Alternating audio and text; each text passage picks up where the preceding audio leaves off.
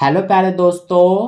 तो आज के इस वीडियो में हम क्लास 9th का मैथ्स का ये सैंपल पेपर सॉल्व कर रहे थे। तो इसमें हम क्वेश्चन नंबर 17 तक पिछले वीडियो में सॉल्व कर लिए थे। अगर आपने उस वीडियो को नहीं देखा है तो वो वीडियो मैं आपको उसका लिंक डिस्क्रिप्शन में दे रहा हूं, वहां पर क्लिक करके आप उस वीडियो को देख सकते हैं। अब आज के इस वीडियो में हम इस सैंपल पेपर का क्वेश्चन नंबर 18 और उसके आगे के क्वेश्चंस को सॉल्व करेंगे। तो देखिए, क्वेश्चन नंबर 18 हमारा यहां से है। तो इसमें हमसे क्या कहा गया है, एक त्रिभुजाकार पार्क एबीसी की भुजाएं 24 मीटर, 32 मीटर और 40 मीटर है। एक माली को इसके चारों ओर बाड़ और अंदर घास लगानी है। एक गेट के लिए एक तरफ 3 मीटर चौड़ा स्थान छोड़ा गया है। ऐसे ही इंग्लिश मीडियम में ये पूरा है, आप इसे पढ़ लेना वीडियो को पॉज करके। अब हम चलिए क्वेश्चंस को करते हैं। ये हमारा केस स्टडी वाला क्वेश्चन है। तो सबसे पहले तो ये जो हमें बोला गया है ये हमने पढ़ लिया है। हमें कहा गया है कि एक त्रिभुजाकार पार्क है। तो देखिए, ये मान लीजिए त्रिभुजाकार एबीसी नाम का पार्क है जिसकी भुजाएं 24 मीटर, 32 मीटर और 40 मीटर दी गई हैं। तो एक माली को इसके चारों ओर क्या लगाना है, बाड़ लगाना है और इसके अंदर घास लगाना है। एक गेट के लिए एक तरफ 3 मीटर चौड़ा स्थान छोड़ा गया है। ये जो आप देख रहे हैं यहाँ पर गेट लगा हुआ है, तो ये इतना स्थान छोड़ा गया है 3 मीटर तक। ठीक है, तो अब देखिए क्वेश्चंस क्या पूछे गए हैं। फर्स्ट क्वेश्चन हमारा ये रहा, पार्क का अर्ध परिमाप क्या है? What is the semi perimeter of the park? तो हमसे फर्स्ट पार्ट में पार्क का सेमी पेरीमीटर यानी कि अर्ध परिमाप पूछा गया है। तो बहुत ही इजी है। सबसे पहले इसके लिए हम क्या करेंगे कि जो हमारा ये पार्क है इसका तो हम परिमाप निकालेंगे। परिमाप निकालने के लिए इन तीनों भुजाओं को हम जोड़ देते हैं। तो ये 24 और ये हमारा 40 कितना हो जाएगा, 64 और ये 32, तो 64 और 2 66 और ये 30, तो ये हमारा 96 हो रहा है। यानी इन तीनों भुजाओं को जोड़ने पर कितना आ रहा है, 96। तो 96 तो इसका पेरीमीटर हो गया यानी कि परिमाप, लेकिन हमसे अर्ध परिमाप पूछा गया है। तो जब हमसे अर्ध परिमाप पूछा जाता है तो हम जो पेरीमीटर होता है यानी कि परिमाप, इसको 2 से भाग कर देते हैं। तो जब हम 2 से 96 को डिवाइड करेंगे तो क्या आएगा, ये हमारा आ जाएगा 2 चौक 8, 2 अठे 16 यानी कि 48 आ जाएगा। यानी इसका सेमी पेरीमीटर यानी कि अर्ध परिमाप 48 हो जाएगा। तो 48 देखिए ये रहा डी ऑप्शन में, यानी कि इसका हमारा डी ऑप्शन करेक्ट हो जाएगा। अब सेकंड क्वेश्चन में पार्क का क्षेत्रफल क्या है? What is the area of the park? तो इस बार हमसे जो पार्क है ये वाला, इसका क्षेत्रफल पूछा गया है। तो क्षेत्रफल हम कैसे बताएंगे, इसके लिए हम हीरोन का सूत्र यूज करेंगे। तो हीरोन के सूत्र से आपको त्रिभुज का क्षेत्रफल निकालने अच्छे से आता होगा। देखिए, इसके लिए हम सबसे पहले क्या करेंगे कि जो हमारी तीनों भुजाएं हैं उसको ए, बी और सी मानते हैं। तो हमारी जो ये त्रिभुज है इसकी तीनों भुजाएं ये और ये है। तो इसको मान लेते हैं ए, इसको बी और इस वाले को सी मान लेते हैं। ठीक है, मैं आपको थोड़ा शॉर्ट में करा रहा हूं क्योंकि ये हमारा एमसीक्यू वाला है। तो इसमें हमें आंसर में आपके एग्जाम में भी आपको पूरा करके नहीं दिखाना, बस आपको टिक करना है। तो हम ये रफ में कर रहे हैं। तो यहाँ पर जो क्षेत्रफल होता है हमारा त्रिभुज का क्षेत्रफल निकालने का, तो हीरोन का क्या सूत्र होता है, ये होता है अंडर रूट एस, ब्रैकेट में एस माइनस ए, एस माइनस बी और एस माइनस सी। तो यहां से हम क्या करेंगे कि एस जो होता है ये हमारा क्या होता है, सेमी पेरीमीटर यानी अर्ध परिमाप। तो हमने अर्ध परिमाप 48 निकाला था, तो इस एस की जगह पर हम 48 लिखेंगे। फिर एस यानी 48 माइनस ए हमने इसको माना है 24। फिर एस यानी कि 48 माइनस बी हमने इसको माना है 32 और फिर एस यानी कि 48 माइनस सी इसको माना है 40 को। अब आगे करते हैं। तो सबसे पहले ये 48 आ गया, 48 में से 24 माइनस करेंगे तो 24 आएगा। 48 में से 32 माइनस करेंगे तो ये हमारा 16 आएगा, और 48 में से 40 माइनस करेंगे तो 8 आएगा। अब इसको हम क्या कर सकते हैं कि 48 को हम 16 इंटू 3, 16 तिया 48 होता है, तो हम ऐसे लिख सकते हैं। 24 को हम 3 गुणा 8 लिख सकते हैं, 3 अठे 24, और इस 16 को हम इसको क्या लिख सकते हैं, तो 16 को हम इसको 16 एज इट इज रहने देते हैं, और इस 8 को हम इसको भी एज इट इज रहने देते हैं। अब हमने ऐसा इसलिए किया है ताकि देखिए ये 16 का पेयर बन जाए, इसको हम जिसका पेयर बनता है उसको बाहर लिखते हैं। 3 का भी पेयर बन गया, इसको भी एक बार बाहर लिखेंगे। 8 का भी पेयर बन गया, इसको भी बाहर लिखेंगे।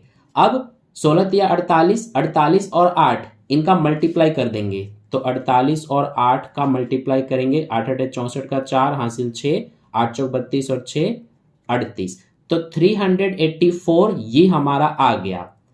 ठीक है, तो ये हमारा क्या है, एरिया है। तो अब देखिए 384 हमारा आया है, तो ये रहा बी ऑप्शन में, तो यही हमारा आंसर हो जाएगा। तो ये हो गया सेकंड पार्ट। अब थर्ड पार्ट में बोला है 20 रुपए प्रति मीटर स्क्वायर की दर से घास लगाने की लागत है। तो इसमें हमसे घास लगाने की लागत पूछी है, the cost of planting grass at the rate of ₹20 पर मीटर स्क्वायर इज। तो इस बार हमसे लागत पूछा गया है, यानी कि कॉस्ट पूछा गया है। हमें रेट दिया गया है 20 रुपए प्रति मीटर स्क्वायर।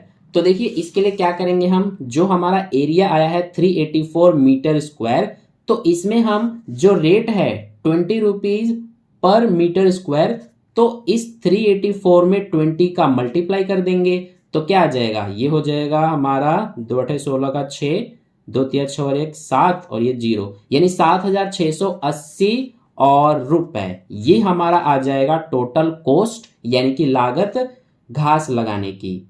तो 7680 ये रहा हमारा बी ऑप्शन में, तो बी ऑप्शन हमारा थर्ड का करेक्ट हो जाएगा। इसके बाद फोर्थ में देखिए 30 रुपए प्रति मीटर की दर से कांटेदार बाड़ लगाने की लागत है।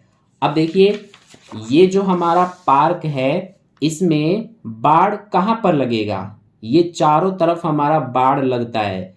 तो इसके लिए हम क्या कर सकते हैं कि जो हमारा ये टोटल पेरीमीटर है, तो टोटल पेरीमीटर निकाल के और जो हमें दिया गया है रेट उसमें मल्टीप्लाई कर देंगे। लेकिन यहाँ पर ध्यान देने वाली बात यह है कि यहाँ पर जो है 3 मीटर चौड़ा गेट भी है, तो गेट के सामने तो बाड़ नहीं लगेगा। अगर बाड़ लग जाएगा गेट के सामने तो अंदर कैसे जाएंगे, तो इसीलिए 3 मीटर हमें छोड़ना पड़ेगा। तो इसके लिए हम क्या कर सकते हैं, सबसे पहले इसका पूरा पेरीमीटर निकालेंगे, तो पेरीमीटर 96 आ जाएगा, हमने यहीं पर निकाला था। इसमें से 3 मीटर हम माइनस कर देंगे, ये वाला गेट वाला 3 मीटर, तो ये हमारा अब कितना बचेगा, 93 बचेगा।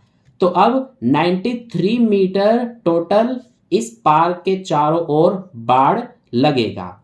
तो अब हमें जो रेट दिया है 30 रुपए प्रति मीटर की दर से हमें बोला गया है, तो हमारा टोटल कितना मीटर बाड़ लगेगा, 93। तो इसका 93 का हम मल्टीप्लाई कर देंगे इस रेट में 30 में, तो ये हो जाएगा हमारा 2790, तो ये रहा सी ऑप्शन में।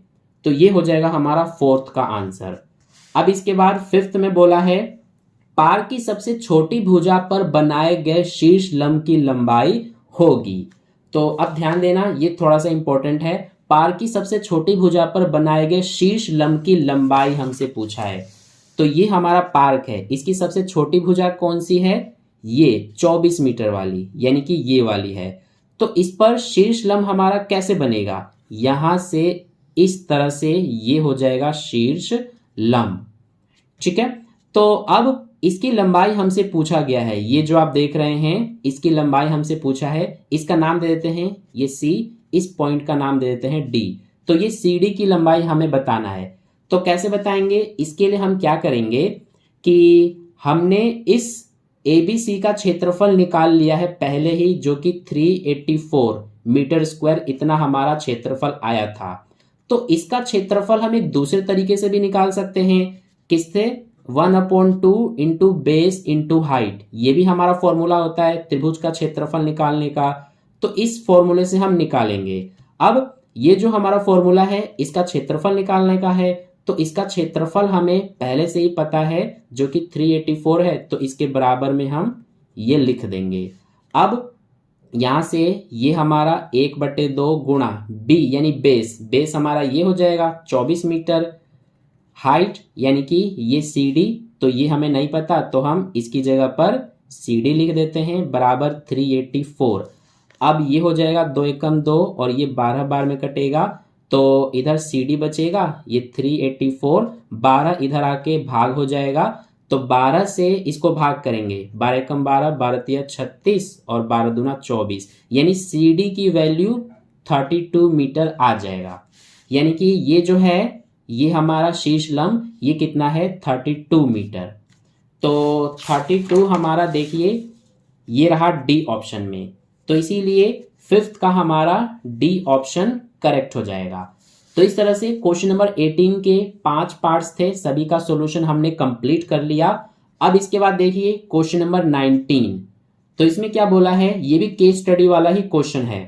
इसमें बोला है एक गांव में एक बड़ा बिजली का खंभा पीसी था। देखिए यहाँ पर फिगर भी आप देख सकते हैं, ये हमारा बिजली का खंभा है, यहाँ पर ये P पॉइंट है और ये C है, तो ये PC बिजली का खंभा है। जैसा कि चित्र में दिखाया गया है, इस खंभे को 10 मीटर लंबाई के मजबूत तार से बांधा गया। एक बार इस खंभे पर बड़ी चिंगारी निकली जिससे तार बुरी तरह क्षतिग्रस्त हो गए। आमतौर पर किसी भी छोटी सी खराबी को रस्सी की मदद से ठीक किया जाता था, जिसे बिजली ठीक करने वाले अपनी साइकिल पर रखते थे। इस बार बिजली ठीक करने वालों को 10 मीटर लंबी सीढ़ी की जरूरत है ताकि वे खंभे पर बिंदु P तक पहुंच सके। सीढ़ी रेखा AC के साथ 60 डिग्री का कोण बनाती है। तो ये आप देख सकते हैं, ये जो लग रहा है ये हमारा सीढ़ी है और यहां पर 60 डिग्री का कोण बन रहा है, ये आप देख सकते हैं। ठीक है, तो इतना हमें बोला गया है। अब क्वेश्चंस क्या पूछे गए हैं ये देखिए, ये रहा फर्स्ट क्वेश्चन। बोला है त्रिभुज PAC और त्रिभुज PBC में कौन सी भुजा उभयनिष्ठ है। तो देखिए त्रिभुज PAC यानी कि ये जो है हमारा यहां पर वैसे P पॉइंट है, तो PAC ये हमारा त्रिभुज है और PBC एक ये त्रिभुज है। तो दोनों में कौन सी भुजा उभयनिष्ठ है, देखिए ये वाली दोनों में भुजा आ रही है, यानी ये कॉमन है, तो इसीलिए हमारा ये PC आंसर हो जाएगा। तो PC ये रहा A ऑप्शन में। अब इसके बाद नेक्स्ट, आकृति में त्रिभुज PAC और त्रिभुज PBC किस सर्वांग समता नियम से सर्वांग सम हैं। तो त्रिभुज PAC और त्रिभुज PBC यानी कि ये जो दोनों त्रिभुज हैं ये दोनों सर्वांग सम हैं, तो इनमें सर्वांग समता का कौन सा नियम लग रहा है। तो देखिए ध्यान से, हमारा इसमें क्या है कि ये जो PC है खंबा ये बिल्कुल सीधा है, यानी कि यहाँ पर 90 डिग्री का कोण बनेगा और इधर भी 90 डिग्री का कोण बनेगा। तो ये 90 डिग्री का कोण हो गया। इसके सामने ये जो भुजा है ये हमारा PA ये कर्ण हो जाएगा और इसके सामने ये जो है PB ये कर्ण हो जाएगा, जो कि 10 मीटर हमें दिया गया है। तो ये हमारा कर्ण हो गया, ये समकोण हो गया और ये वाली भुजा ले सकते हैं या फिर ये वाली भुजा ले सकते हैं। तो समकोण कर्ण भुजा यानी कि right angle hypotenuse side RHS नियम से हमारा ये दोनों त्रिभुज सर्वांग सम हैं। ठीक है, तो इसीलिए इसमें हमारा सर्वांग समता का कौन सा नियम लग रहा है, RHS, यानी A ऑप्शन करेक्ट हो जाएगा। इसके बाद थर्ड में है आकृति में त्रिभुज PAC और त्रिभुज PBC में कौन से कोण समान हैं। तो आकृति PAC और PBC यानी कि PAC ये वाला त्रिभुज और PBC ये वाला, दोनों में कौन से कोण समान हैं। तो दोनों में देखिए ये वाला कोण यानी कि कोण PCA या फिर ACP और कोण BCP ये दोनों कोण समान हैं, यानी कि सेम है 90-90 डिग्री के। तो इसीलिए हमारा इसमें कौन सा ऑप्शन सही हो जाएगा, ये देखिए कोण ACP और कोण BCP, यानी कि कोण ACP ये वाला और कोण BCP ये वाला। तो इसीलिए हमारा इसमें ये डी वाला ऑप्शन करेक्ट हो जाएगा। इसके बाद नेक्स्ट हमारा क्वेश्चन नंबर 4, कोण BPC का क्या मान है? तो कोण BPC का मान पूछा है, BPC यानी इस वाले कोण का मान पूछा है।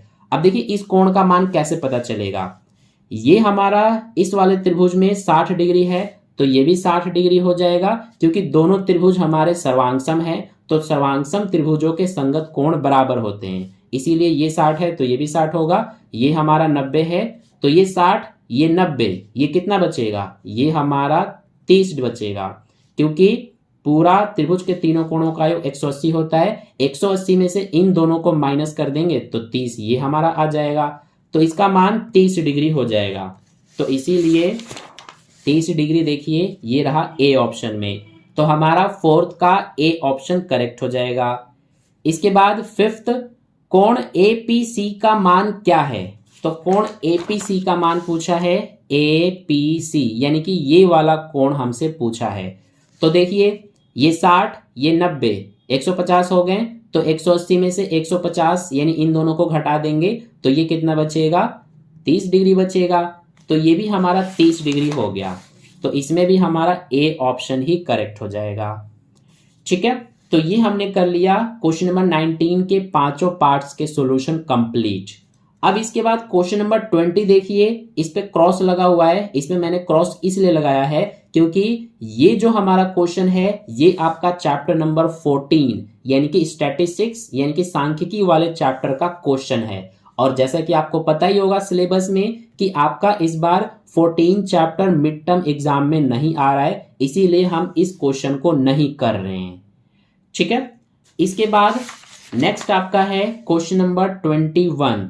और मेरे पास कुछ कमेंट्स भी आ रहे थे कई सारे स्टूडेंट्स के कि हमें मिड टर्म एग्जाम का सिलेबस चाहिए, तो मैंने सिलेबस की वीडियो ऑलरेडी चैनल पर बना रखा है, तो उसे आप देख सकते हैं। उसका जो वो वीडियो है वो मैं आपको एंड स्क्रीन में दे दूंगा, एंड स्क्रीन में आपको सिलेबस की वीडियो मिल जाएगा, वहां से देखकर आप पता लगा सकते हैं आपका सिलेबस में कौन कौन से चैप्टर्स आ रहे हैं। तो अब देखिए क्वेश्चन नंबर 21। क्वेश्चन नंबर 21 से पार्ट बी स्टार्ट हो जाता है आपका इस सैंपल पेपर का। तो इसमें क्या बोला गया है? रिक्त स्थान भरिए, फिल इन द ब्लैंक्स। तो सबसे पहले है यदि a बराबर 2 + √3 तो 1/a का मान। तो ये हमसे 1/a का मान पूछा गया है। अब इसका सॉल्यूशन हम कैसे करेंगे? देखिए हमें a की वैल्यू 2 + √3 दिया हुआ है, a की वैल्यू 2 + √3 ये हमें दिया गया है। हमसे 1/a की वैल्यू पूछा गया है, तो कैसे बताएंगे? एक जो है इसको एज इट इज उतारेंगे, a की वैल्यू ये है तो a की जगह पर हम लिख देंगे इसको। अब यहां पर इसको हम रैशनलाइज कर देंगे, इसके हर का प्रमेयकरण कर देंगे हम, तो गुणा हो जाएगा इसका ऊपर और नीचे, 2 का 2 उतारेंगे, साइन चेंज हो जाता है। आपको प्रमेयकरण करने आता होगा अच्छे से। अब इसके बाद यहां से 1 का इसमें मल्टीप्लाई होगा तो यही आएगा 2 - √3 बटे में ये a + b a - b के फॉर्म में है, तो क्या होता है? a + b a - b equals to a² - b²। तो a² यानी कि 2 का स्क्वायर, 2 का स्क्वायर 4 हो जाएगा, माइनस b² यानी √3 का स्क्वायर, √3 का स्क्वायर 3 हो जाएगा। तो ये हो जाएगा 2 - √3, नीचे 4 - 3 1 आएगा, तो नीचे 1 लिखने की जरूरत नहीं पड़ती है, तो इसीलिए ये हो जाएगा हमारा आंसर 2 - √3। तो इसीलिए इसका आंसर हो जाएगा 2 - √3। इसके बाद नेक्स्ट सेकंड देखिए, बिंदु P -4 - 3 की x अक्ष से लांबिक दूरी। तो बिंदु P जिसका निर्देशांक -4 - 3 है, इसकी x अक्ष से लांबिक दूरी यानी कि हमसे the perpendicular distance of the point -4 - 3 from the x axis ये पूछा गया है, परपेंडिकुलर डिस्टेंस पूछा गया है। तो कैसे बताएंगे हम? इसके लिए मैं आपको करके दिखाता हूं। हमारा पॉइंट क्या है? P पॉइंट है -4 - 3। तो जैसे मान लीजिए ये हमारा ग्राफ है। अब इसमें हमारा ये -4 x की वैल्यू होता है, तो x अक्ष पर ये 1 2 3 4 यानी ये -4 हो गया, और y की वैल्यू -3 है, तो ये -1 -2 -3। तो इसका और इसका कहाँ पर पॉइंट आएगा, यहाँ पर आ जाएगा, इसके सामने और इसके सामने, यानी कि यहाँ पर हमारा पॉइंट आ जाएगा P पॉइंट। तो इस पॉइंट का x अक्ष से, यानी कि ये जो x अक्ष है इससे लांबिक दूरी यानी परपेंडिकुलर डिस्टेंस, ये वाला डिस्टेंस पूछा गया है। तो कितना हो जाएगा, ये वाला डिस्टेंस पता करने के लिए हम यहां पर देखेंगे इतना, तो ये 1 2 और ये 3, यानी कि 3 हमारा हो जाएगा। 3 है लांबिक दूरी यानी कि परपेंडिकुलर डिस्टेंस, तो इसीलिए इसका आंसर हो जाएगा 3। इसके बाद नेक्स्ट थर्ड में समकोण त्रिभुज में डैश सबसे लंबी भुजा होती है। तो जैसे कि ये हमारा एक समकोण त्रिभुज है, इसमें सबसे लंबी भुजा ये कर्ण होती है, यानी कि हाइपोटेन्यूज। तो इसीलिए समकोण त्रिभुज में हम लिखेंगे कर्ण सबसे लंबी भुजा होती है। इंग्लिश में हम क्या लिखते हैं, हाइपोटेन्यूज। इसके बाद नेक्स्ट है हीरोन सूत्र के अनुसार किसी त्रिभुज का क्षेत्रफल डैश होता है। तो इसमें आपको हीरोन का जो सूत्र है एरिया वाला वो लिखना था। तो क्या होता है हमारा, ये होता है, इसमें तो नहीं आएगा, यहां पर लिख रहा हूं मैं, √s ब्रैकेट में s minus a s minus b और s माइनस c, ये हमारा होता है। तो ये हो जाएगा आंसर फोर्थ का। इसके बाद नेक्स्ट क्वेश्चन नंबर 22, ये हमारा है स्टेट ट्रू और फॉल्स, सत्य तथा असत्य बताइए। तो फर्स्ट पार्ट में है कि दो त्रिभुजों के सर्वांगसम होने के लिए 6 मापदंडों 3 भुजाएं और 3 कोण में से कोई भी 3 मापदंड बराबर होने चाहिए, ये सत्य नहीं है, यानी कि ये असत्य है, यानी कि फॉल्स है। ठीक है, तो यहां पर मैं लिख देता हूं फॉल्स है ये हमारा। अब क्यों फॉल्स है, क्योंकि हमसे बोला है कि दो त्रिभुजों के सर्वांगसम होने के लिए 6 मापदंडों यानी जिसमें 3 भुजाएं और 3 कोण होते हैं में से कोई भी 3 मापदंड बराबर होने चाहिए, ऐसा नहीं होता। जैसे कि यहां पर एग्जाम्पल के लिए ये एक त्रिभुज है और एक ये त्रिभुज है, दोनों त्रिभुजों में ये 60 डिग्री, ये भी 60 डिग्री और ये भी 60 डिग्री है, ऐसे इसमें भी ये 60 और ये 60 है। तो दोनों त्रिभुजों में सारे कोण तो बराबर हैं, तो क्या इन दोनों को हम सर्वांगसम कह सकते हैं, कॉन्ग्रुएंट ट्रायंगल कह सकते हैं? नहीं। तो इसीलिए हमारा ये फॉल्स हो जाएगा, क्योंकि दोनों ही ट्रायंगल में अगर सिर्फ एंगल सेम है तो ये सिमिलर होंगे, सिर्फ कॉन्ग्रुएंट नहीं होंगे।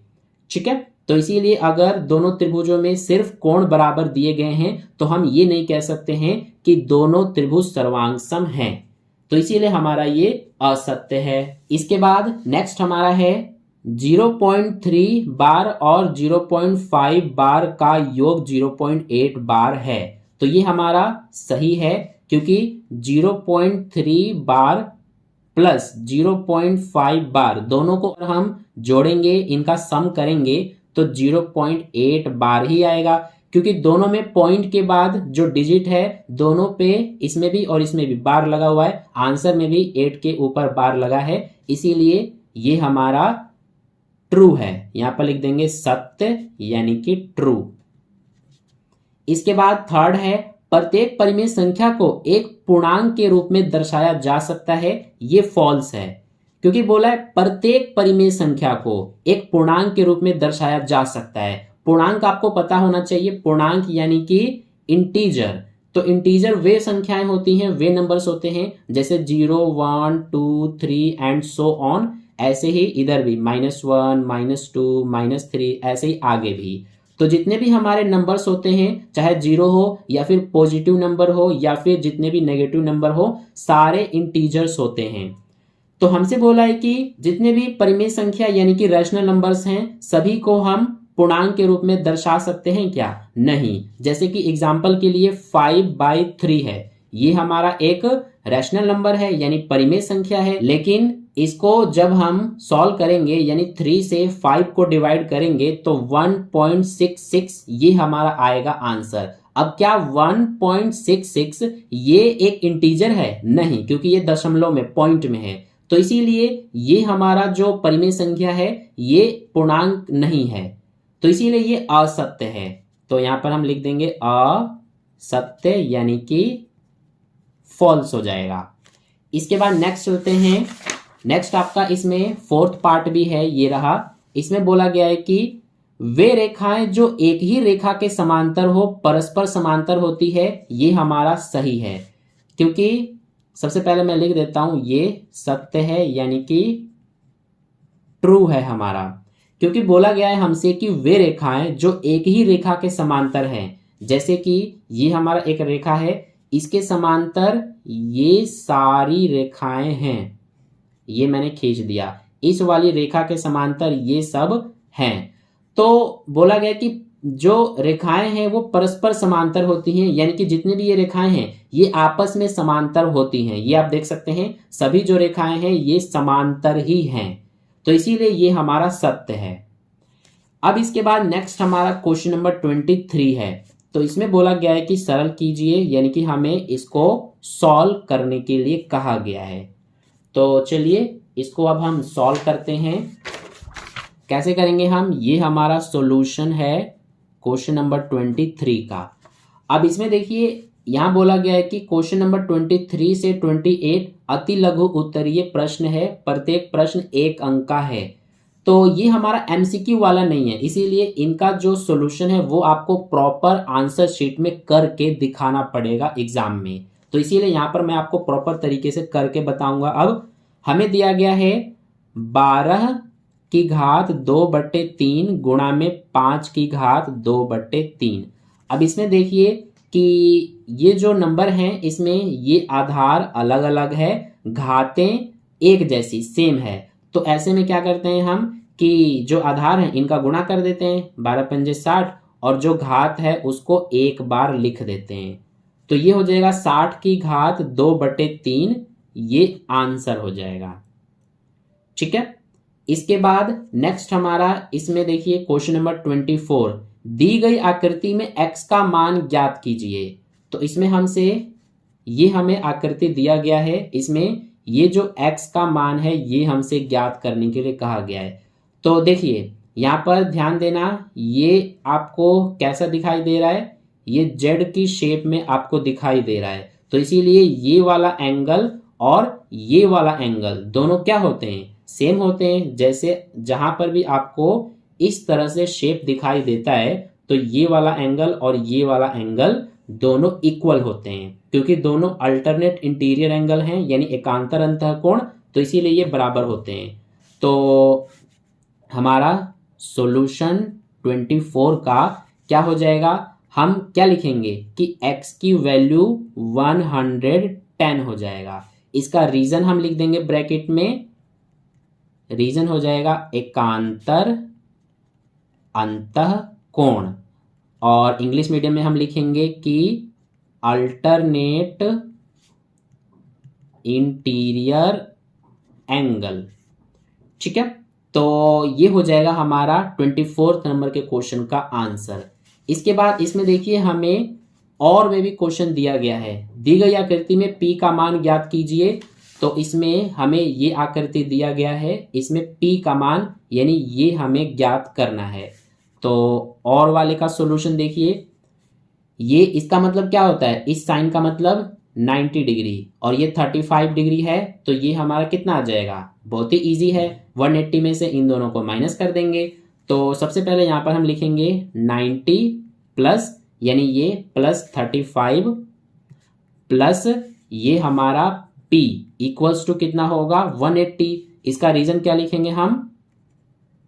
एंगल सम प्रॉपर्टी, और हिंदी में हम लिखेंगे कोण योग गुणधर्म।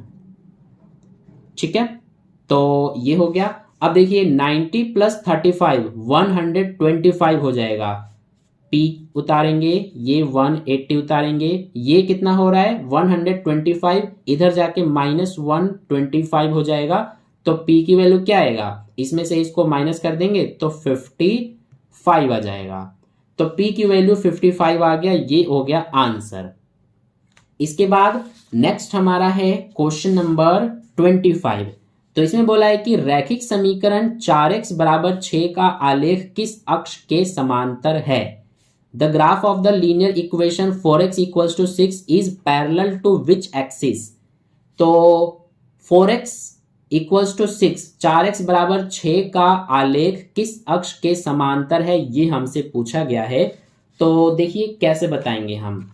हमें क्या समीकरण दिया है, ये हमारा सॉल्यूशन है 25 नंबर के क्वेश्चन का। हमें समीकरण यानी कि इक्वेशन दिया गया है 4x ये वाला इक्वल्स टू 6।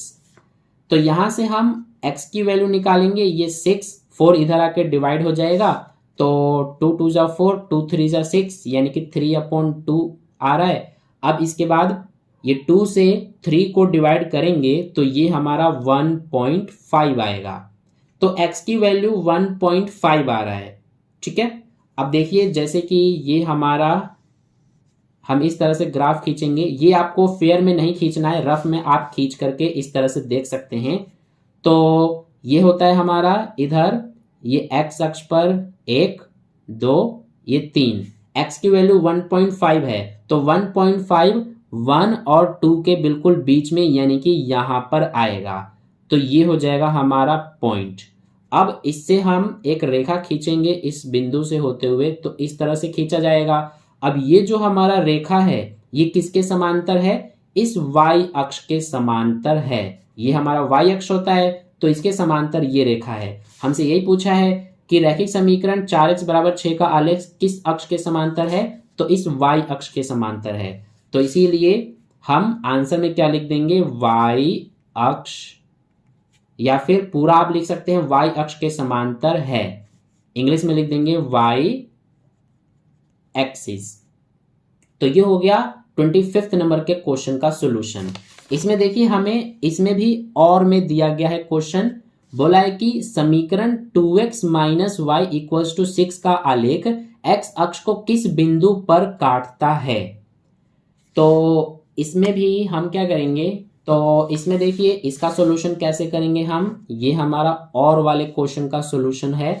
तो बोला है इसमें हमें समीकरण ये दिया गया है 2x माइनस वाई बराबर 6, इसका आलेख x अक्ष को किस बिंदु पर काटता है। समीकरण लिख लेते हैं 2x माइनस वाई बराबर 6, तो इसका आलेख x अक्ष को किस बिंदु पर काटता है ये हमसे बोला है, यानी कि x अक्ष की बात की गई है। तो जब x अक्ष को काटने की बात की जाए तो उसमें हमारा y की वैल्यू 0 होगा, और अगर y अक्ष को काटने की बात की जा रही है तो x की वैल्यू 0 होगा, ठीक है। ये बात आपको ध्यान रखना है। तो इसीलिए इसमें ये जो y है इसकी वैल्यू हम 0 लेंगे, क्योंकि x अक्ष को काटने की बात की जा रही है। तो यहां पर लिख देंगे y इक्वल्स टू 0 लेने पर, तो ये हो जाएगा 2x माइनस वाई, y की वैल्यू 0 इक्वल्स टू 6। यहां से ये माइनस 0 है, इसकी वैल्यू तो है ही नहीं, तो 2x इक्वल्स टू 6, x की इक्वल टू 6, ये 2 इधर आके डिवाइड हो गया, 2 1 जा 2, 2 3 जा 6, यानी कि x की वैल्यू क्या आ गया, 3 आ गया। अब x की वैल्यू हमारा 3 आ रहा है, तो इसका मतलब क्या है कि हमसे क्या पूछा है, x अक्ष को किस बिंदु पर काटता है, तो यानी कि x की वैल्यू 3 आया है, इसका मतलब x अक्ष को 3 पर काटेगा। ये हम आंसर में लिख देंगे। तो यहां पर लिख देंगे कि x अक्ष को 3 पर काटेगा, ठीक है, क्योंकि x की वैल्यू 3 आया है। तो ये हम इसके नीचे लिख देंगे। तो ये हमारा हो गया 25 नंबर के क्वेश्चन का सॉल्यूशन कंप्लीट। अब इसके बाद नेक्स्ट है हमारा क्वेश्चन नंबर 26। तो क्वेश्चन नंबर 26 से हम नेक्स्ट वीडियो में करेंगे। अगर आपको नेक्स्ट वीडियो चाहिए तो मुझे कमेंट करके बताना। अगर आप कमेंट करेंगे तो मुझे लगेगा कि आपको नीड है नेक्स्ट वीडियो का, यानी कि क्वेश्चन नंबर 26 और इसके आगे के क्वेश्चंस के सॉल्यूशन का। तो अगर आपको इतना समझ में आ गया तो वीडियो को लाइक कर देना, अपने दोस्तों के साथ भी जरूर शेयर कर देना ताकि उन्हें भी बेनिफिट मिले। और चैनल को सब्सक्राइब करके बेल आइकन को प्रेस कर लेना, ताकि नेक्स्ट वीडियो जैसे ही अपलोड की जाए तो उसका नोटिफिकेशन सबसे पहले आप तक पहुंच जाए। तो मिलते हैं फिर नेक्स्ट वीडियो में, तब तक के लिए बाय बाय।